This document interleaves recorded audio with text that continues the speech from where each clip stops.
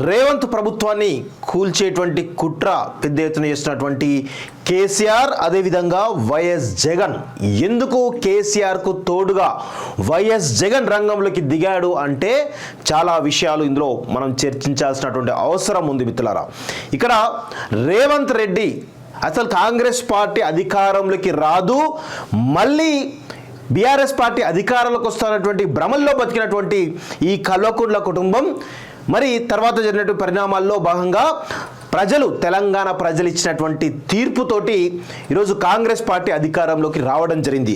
సరే, కాంగ్రెస్ పార్టీ అధికారంలోకి వచ్చింది కదా, ఇక ఆయనకు సంబంధించినటువంటి కేసీఆర్ సంబంధించినటువంటి కోర్టులు ఎవరో ఒకరు ఈరోజు ముఖ్యమంత్రిగా ఉంటారు, నేను యథావిధిగా మళ్ళీ షాడో సీఎంగా ఏలొచ్చు అనుకున్నాడు. కానీ ఈరోజు విధి వైపరీత్యం, మరి కేసీఆర్ దురదృష్టమో తెలియదు కానీ రేవంత్ రెడ్డి ఈరోజు ఈ రాష్ట్రానికి ముఖ్యమంత్రి కావడం జరిగింది. మొట్టమొదటి నుంచి కూడా ఈ కల్వకుంట్ల కుటుంబానికి శత్రువుగా ఈరోజు ఉన్నటువంటి వ్యక్తి ఎవరైనా ఉన్నారు అంటే అది కేవలం రేవంత్ రెడ్డి అని చెప్పేసి చెప్పవచ్చు రాజకీయంగా. అయితే రేవంత్ రెడ్డిని అసలు సీఎం పొజిషన్లో చూడడం కేసీఆర్కి కానీ ఈ కల్వకుంట్ల కుటుంబంలో ఉన్నటువంటి కాలకేయులకు కానీ ఎవరికి కూడా ఇష్టం లేదు. అయితే ఆ కోణంలోనే మనం మొదటి నుంచి కూడా చూస్తూ ఉన్నాం. రేవంత్ రెడ్డి ముఖ్యమంత్రి అయిన తర్వాత కేటీఆర్ ఆ అసెంబ్లీ సమావేశాలు, గతంలో జరిగినటువంటి అసెంబ్లీ సమావేశంలో ఇక తూర్పు పట్టడం స్టార్ట్ చేసిండు. దీన్ని తెలంగాణ ప్రజలు ఎక్కడ కూడా హర్షించలేదు. ఈ కల్వకుంట్ల కుటుంబాన్ని మొత్తంగా కూడా ఈరోజు చీదరించుకునేటువంటి పరిస్థితి ఈరోజు వచ్చిందంటే మనందరం గమనించాలి. అయితే ఈ కోణంలోనే గతంలో పలుమార్లు ఈ కల్వకుంట్ల కాలకేయుల్లో ఉన్నటువంటి కేటీఆర్ కానీ హరీష్ కానీ ఈ రేవంత్ ప్రభుత్వం ఎక్కువ రోజులు ఉండదు, మరో 6 నెలల్లో మనం రాబోతున్నాం, ఎంత మా అంటే ఒక 4-5 సీట్లు కొంటే కనుక ఈరోజు ఈ ప్రభుత్వం డిజాల్వ్ అయిపోతుంది, ఇమ్మీడియట్గా మేము ఫామ్ చేయొచ్చు అనేటువంటి కోణంలో ఈరోజు కేటీఆర్ కానీ హరీష్ రావు కానీ పలు వేదికల్లో ఈరోజు అన్న విషయం అందరం గుర్తు చేస్తాను. అయితే ఈ కల్వకుంట్ల కుటుంబానికి ముఖ్యంగా అసెంబ్లీలో కేసీఆర్ ప్రమాణ స్వీకారం చేయడానికి కూడా రాలేదు. అసెంబ్లీ సమావేశాలు జరుగుతున్నప్పుడు కేవలం అదొక డ్రామా, ఖాళీ రిందని చెప్పేసి ఒక తొంటిరిని చెప్పి డ్రామా ఆడి ఇంటికి పోయి సరదాగా ఎంజాయ్ చేస్తూ ఉన్నాడు తప్ప అందులో నిజాయితీ అనేది లేదని స్పష్టంగా మనం అయితే అర్థం చేసుకోవాలి. అయితే ఈ క్రమంలో ఇంకొక విషయం ఏం జరుగుతూ ఉంది అంటే ఈరోజు రేవంత్ని సీఎంగా చూడడం కేసీఆర్ కుటుంబానికి ఇష్టం లేదు. అదేవిధంగా రేవంత్ కనుక సీఎంగా ఉంటే కనుక పక్కన ఉన్నటువంటి ఆంధ్రప్రదేశ్ రాష్ట్రంలో కూడా ఈరోజు జగన్కు గడ్డు పరిస్థితులు ఏర్పడతా ఉన్నాయి. సో అందుకే మొన్న వచ్చినటువంటి కేసీఆర్ను పరామర్శించినటువంటి జగన్ అదేవిధంగా కేసీఆర్ మధ్య పలు విషయాలు చర్చకు రావడం జరిగింది. సో ఈ క్రమంలో చూసినట్లయితే వీళ్ళిద్దరూ కలిసి ఈరోజు అక్కడ వైఎస్ఆర్సీపీ మళ్ళీ అధికారంలోకి రావాలన్నా, అదేవిధంగా కేసీఆర్ మళ్ళీ ముఖ్యమంత్రి కావాలన్నా కానీ ఖచ్చితంగా రేవంత్ ప్రభుత్వాన్ని పడగొట్టే ఉద్దేశం ఉన్నట్టుగా మనకైతే క్లియర్గా వస్తున్నటువంటి సమాచారం. దానికి సంబంధించి ఒకసారి మీకు ఒక చిన్న వీడియో చూపిస్తాం. రాజ్యసభ వేదికగా ఆ పార్టీకి సంబంధించినటువంటి ఎంపీ ఎవరైతే ఉన్నారో విజయసాయి రెడ్డి చాలా కీలకమైనటువంటి విషయాన్ని ఈరోజు రాజ్యసభ వేదికగా ప్రస్తావించి రాజకీయాలు మరింత దిగజార్చేటువంటి పరిస్థితి రావడం జరిగింది. అసలు రాజకీయాలంటేనే ఈ యొక్క బురద కంపు, ఇది ఒక కంపరం పుట్టేటువంటి అంశం. అసలు ఎంత దిగజారిపోయిన రాజకీయాలు ఎక్కడున్నాయంటే అవి కేవలం ఆంధ్రప్రదేశ్లో మాత్రమే ఉన్నాయనే విషయం అందరికీ కూడా తెలుసు. అయితే దాని ప్రభావం తెలంగాణ మీద కూడా ఎంతో కొంత పడేటువంటి అవకాశం కనబడతా ఉంది. అందుకే రీసెంట్గా చూస్తూ ఉన్నాం, గతంలో కేసీఆర్ వాడినటువంటి భాషనే మళ్ళీ తిరిగి అప్పచెప్తా ఉంటే ఇక్కడ రాజకీయాలు మొత్తంగా కూడా ఈరోజు మళ్ళీ కొంత నీచ స్థాయికి దిగజారుతున్నటువంటి విషయం కూడా మనం గమనించాలి. అయితే ఇక్కడ విషయం ఏంటంటే ఒకసారి ఈ వైఎస్ఆర్సీపీ ఎంపీ, రాజ్యసభ ఎంపీ అయినటువంటి విజయసాయి రెడ్డి ఏం మాట్లాడిండో దాని తర్వాత ఇంకా పూర్తిగా విశ్లేషించేటువంటి ప్రయత్నం మీకు చెప్పేటువంటి ప్రయత్నం చేస్తాం మిత్రులారా. చాలా జాగ్రత్తగా గమనించండి. ఇది Congress party has not come to power in Telangana even after bifurcating the state. Now they have suffered. Now after 10 years they have told so many lies and then they have come to power in Telangana. Please, it is only a matter of time, sir. The government is going to fall. Your government in Telangana is going to fall. It is only a matter of time. Sir, it is the hypocrisy. చూడండి ఏమన్నాడు గుర్తుగా, it is matter of time. To fall the government అని చెప్పేసి చెప్పడం జరిగింది. ఒక్కసారి చూడండి. Congress party has not come to power in Telangana even after bifurcating the state. Now they have suffered. Now after 10 years they have told so many lies and then they have come to power in Telangana. Please, it is only a matter of time, sir. The government is going to fall. Your government in Telangana is going to చూడండి ఏమంటుండో ఒక్కసారి అర్థమవుతుంది కదా. Your government is going to fall soon అని చెప్పేసి చెప్తా ఉన్నాడు. దీన్ని బట్టి మనం క్లియర్గా అర్థం చేసుకోవాల్సిన విషయం ఏంటంటే కేవలం ఈరోజు వైఎస్ జగన్ అండ్ కేసీఆర్ ఇద్దరు కలిసి ఇద్దరు కూడా చాలా దగ్గర దోస్తుల విషయం మనందరూ కూడా గమనించాలి మిత్రులారా. గతంలో 2019లో వైఎస్ జగన్ గెలవడానికి కేసీఆర్ పరోక్షంగా సపోర్ట్ చేస్తే మొన్నటి ఎన్నికల్లో కేసీఆర్ గెలుపు కోసం కూడా ఈ వైఎస్ జగన్ సపోర్ట్ చేసిండు. కానీ ఇక్కడ ప్రజా తీర్పు అనేది స్పష్టంగా ఉంది కాబట్టి ప్రజలు ఈ కేసీఆర్ కల్వకుంట్ల కాలకేయుల పైన తిరుగుబాటు చేశారు కాబట్టి ఈరోజు తెలంగాణలో ఈరోజు కేసీఆర్ లాంటి ఒక నియంత్ర ప్రభుత్వం పోయి ఈరోజు రేవంత్ రెడ్డి ఆధ్వర్యంలో ఒక ప్రభుత్వం ఏర్పడింది. అది ప్రజాపాలన దిశగా సాగుతుంది అనేది మనందరం కూడా గమనించాలి. సరే, హామీల విషయం పక్కన పెడదాం. హామీల గురించి మాట్లాడడానికి ఇంకా చాలా సమయం ఉంది. వాటి గురించి నిలదీయడానికి మాలాంటి గొంతుకలు రెడీగా ఉన్నాయి. ఖచ్చితంగా నిలదీస్తాం, చేస్తాం. దానిలో ఎటువంటి అతిశయోక్తి లేదు.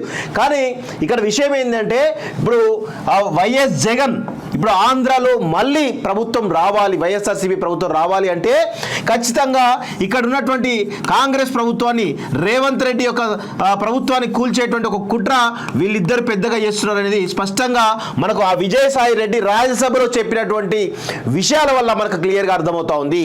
అందుకే రేవంత్ రెడ్డి చాలా జాగ్రత్తగా ప్రతి ఒక్కరిని కూడా కలుస్తా ఉన్నాడు. వీళ్ళిద్దరు చేస్తున్నటువంటి కుట్రల ఎప్పుడో పసిగట్టినటువంటి రేవంత్ రెడ్డి ఆల్రెడీ బీఆర్ఎస్లో ఉన్నటువంటి చాలా మంది ఎమ్మెల్యేలు కలుస్తూ ఈరోజు పెద్ద ఎత్తున ఈ బీఆర్ఎస్ ప్రభుత్వంలో బీఆర్ఎస్ పార్టీలో ఉన్నటువంటి దాదాపు 39 మంది ఎమ్మెల్యేల్లో దాదాపు 26 మందిని ఒకటేసారి కాంగ్రెస్లో చేర్చుకొని బీఆర్ఎస్ ఎల్పీని మొత్తంగా విలీనం చేసుకునే దిశగా పెద్ద ఎత్తున ప్రయత్నాలు సాగిస్తున్నాడు. దానిలో ఎటువంటి అతిశయోక్తి లేదు అనేది మనందరం కూడా గమనించాల్సిన అవసరం ఉంది. ఈరోజు రాజకీయాల్లో ఈ యొక్క కాంబినేషన్ ఇది చాలా డేంజరస్ కాంబినేషన్. క్రిమినల్ ఇద్దరు కూడా వైఎస్ జగన్ అనేటోడు criminal as well as politician, KCR అనేటోడు criminal as well as politician. వీళ్ళిద్దరు కూడా చాలా డేంజర్ కాంబినేషన్. వీళ్ళిద్దరికి విలువలు ఉండవు, కుటుంబ బాంధుత్వాలు ఉండవు, కుటుంబ బంధాలు ఉండవు, కనీసం ఎమోషన్స్ ఉండవు, కనీసం సెంటిమెంట్స్ ఉండవు అనే విషయాన్ని కూడా మనందరం కూడా గుర్తుపెట్టుకోవాలి మిత్రులారా. నిజంగా కూడా వీళ్ళిద్దరు చాలా డేంజరస్ పొలిటీషియన్స్ ఇన్ ఇండియా. పెద్ద క్రిమినల్స్ వీళ్ళింత క్రిమినల్ పొలిటీషియన్స్ ఎవరైనా ఉన్నారు ఈ దేశంలో, ఈ ప్రపంచంలో అంటే వీళ్ళిద్దరిని మించిన ఎవరు లేరు. గతంలో వైఎస్ రాజశేఖర రెడ్డి సీఎంగా ఉన్నప్పుడు లక్షల కోట్ల రూపాయలు అవినీతి చేసినటువంటి దొంగ వైఎస్ జగన్మోహన్ రెడ్డి. అదేవిధంగా ఈ 10 ఏళ్లలో ఈరోజు తెలంగాణలో లక్షల కోట్ల అవినీతి చేసినటువంటి ఈ క్రిమినల్ పొలిటీషియన్ ఎవరు ఉన్నారంటే అది కల్వకుంట్ల కుటుంబంలోని కాలకేయులు మాత్రమే అనే విషయం కూడా గుర్తుపెట్టుకోవాలి మిత్రులారా. సో వీళ్ళిద్దరు డేంజర్ కాంబినేషన్ తోటి ఈరోజు అంటే ఇంకొక విషయం గుర్తుపెట్టుకోవాలి మిత్రులారా, ఇక్కడ వీళ్ళిద్దరికంటే డేంజరస్ పొలిటీషియన్ మరి రేవంత్ రెడ్డి అనే విషయం కూడా మనం గుర్తుపెట్టుకోవాలి. వీళ్ళిద్దరిని మించిన తాత రేవంత్ రెడ్డి.